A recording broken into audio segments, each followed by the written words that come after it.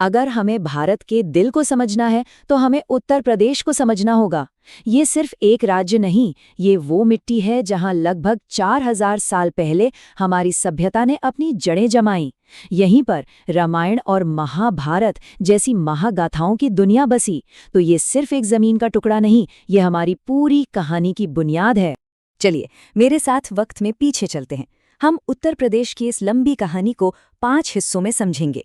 सबसे पहले हम उन पहले इंसानी कदमों की आहट सुनेंगे, फिर देखेंगे कि कैसे यहाँ बड़े बड़े राज्यों ने जन्म लिया। उसके बाद जानेंगे कि कैसे ये जमीन नए धर्मों और विचारों का केंद्र बनी। हम मौर्यों की शानदार विरासत को देखेंगे और आखिर में उस स्वर्ण युग की बात करेंगे जिसने भारत को हमेशा के लिए बदल दिया।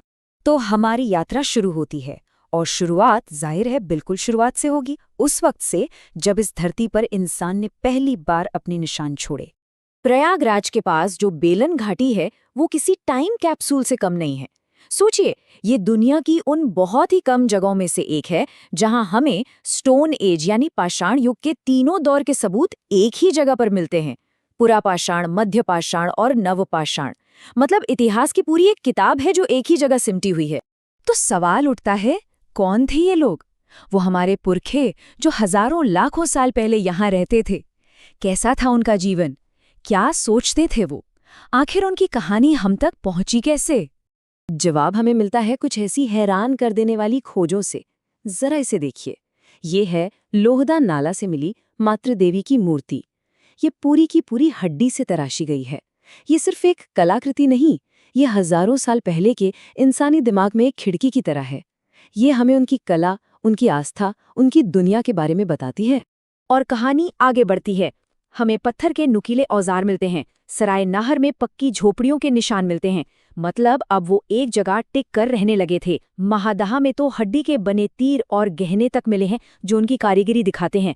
और सबसे कमाल की बात, कोल्डी हवा में हमें चावल की खेती के दुनिया के सबसे पुराने सबूत मिले हैं। यहाँ तक कि महादहा और दमदमा जैसी जगहों पर एक ही कब्र में 2 या 3 लोगों को दफनाने के सबूत मिले हैं, जो बताता है कि अब वो एक समाज की तरह रहने लगे। अब कहानी एक नया मोड़ लेती है। छोटी छोटी बस्तियों का दौर खत्म हो रहा था और बड़े बड़े राज्य शक्ल ले रहे थे। सत्ता के नए और ताकतवर केंद्र बन रहे थे। ये साम्राज्यों के उदय का वक्त था। वैदिक काल में आज का उत्तर प्रदेश समझ लीजिए कि राजनीति का हॉटस्पॉट था। कुरु, पांचाल, काशी जैसे जिन शक्तिशाली राज्यों की कहानियां हम पढ़ते हैं, उनकी जड़ें इसी जमीन में थी। ये सिर्फ नाम नहीं थे, ये उस दौर की सुपर पावर्स थीं। अब जरा इस नंबर पर गौर कीजिए, 8। आपको ये सिर्फ एक नंबर लग सकता है ना? लेकिन नहीं। प्राचीन भारत के इतिहास में उत्तर प्रदेश के लिए इस एक नंबर के पीछे एक बहुत बड़ी, एक बहुत ही महत्वपूर्ण कहानी छिपी है। जरा सोचिए, क्या हो सकता है ये? तो ये 8, ये संख्या है उन महाजनपदों की जो पूरे प्राचीन भारत के 16 महान राज्यों में से अकेले आज के उत्तर प्रदेश की धरती पर थे। मतलब आधे महाजनपद। काशी, कोसल, वत्स, शूरसेन, ये इलाका सिर्फ एक क्षेत्र नहीं था, ये प्राचीन भारत की राजनीति का पावर सेंटर था, उसका दिल था। लेकिन उत्तर प्रदेश की कहानी सिर्फ राजाओं और लड़ाइयों की नहीं है।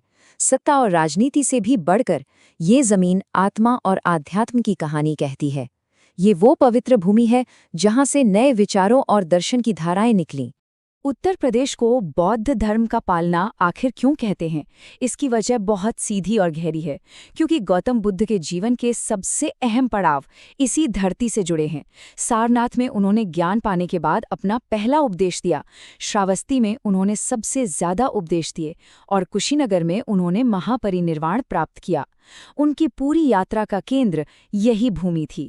लेकिन बात सिर्फ बौद्ध धर्म तक ही सीमित नहीं थी। जैन धर्म की जड़ें भी यहाँ उतनी ही गहरी थी। जैन धर्म के संस्थापक ऋषभदेव का जन्म अयोध्या में हुआ। कम से कम 5 तीर्थंकरों की जन्मभूमि यही प्रदेश रहा। और मथुरा तो जैन कला और संस्कृति का एक बहुत बड़ा केंद्र बनकर उभरा।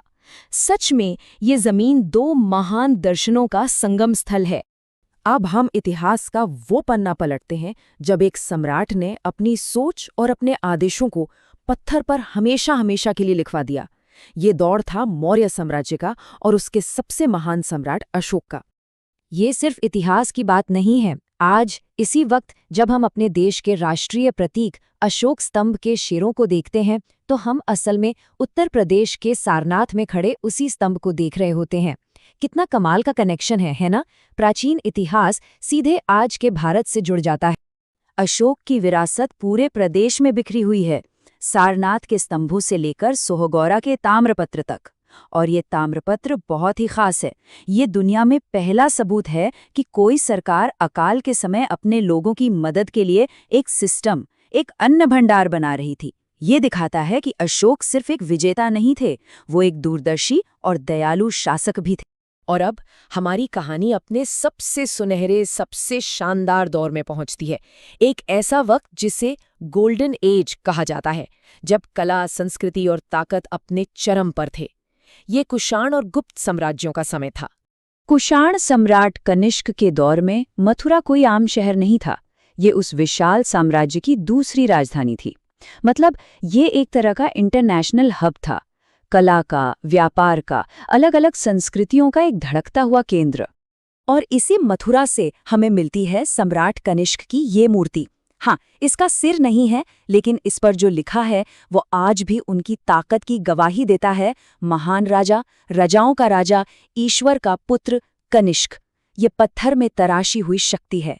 कुषाणों के बाद वो दौर आया जिसे इतिहासकारों ने प्राचीन भारत का स्वर्ण युग का नाम दिया, गुप्त काल।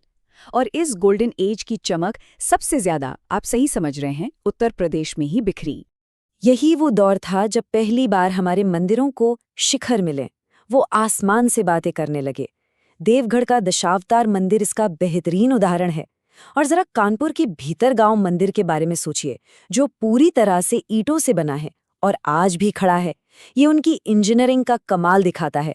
और इलाहाबाद और भितरी के स्तंभों पर लिखी उनकी जीतों की कहानियां इस स्वर्ण युग की ताकत का सबूत हैं। तो हमने शुरू किया था हड्डी से बनी एक छोटी सी देवी से, और हम पहुंचे सोने जैसे चमकते विशाल मंदिरों तक। उत्तर प्रदेश की ये कहानी सच कहें तो पूरे भारत के बनने की कहानी है, एक छोटे पैमाने पर। हर खोज एक नया पन्ना खोलती है, और ये हमें सोचने पर मजबूर करती है कि इस जमीन के नीचे अभी और कितने राज, कितनी कहानियां दफन हैं जो अपने बाहर आने का इंतजार कर रही हैं। Thank you for watching. Please don't forget to like, comment, share, and subscribe.